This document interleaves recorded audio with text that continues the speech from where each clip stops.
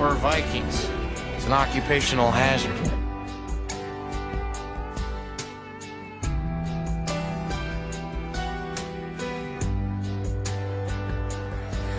It was 2 weeks after the day she turned 18, all dressed in white, going to the church that night.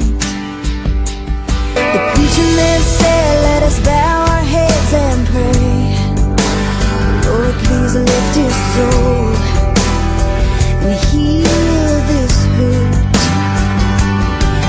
Then the congregation all stood up and sang the saddest song that she ever heard. Then they handed her a folded up flag, and she held on to all she had left of him. Oh, and what could have been? And then the guns rang, one last shot, and it felt like a bullet in her heart. Baby, why'd you leave me? Why'd you have to go? I was counting on forever, now I'll never know. I can't even breathe. It's like I'm looking from a distance, standing in the background. Everybody's saying he's not coming home now.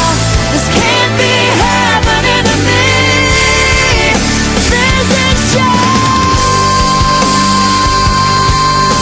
Just a dream.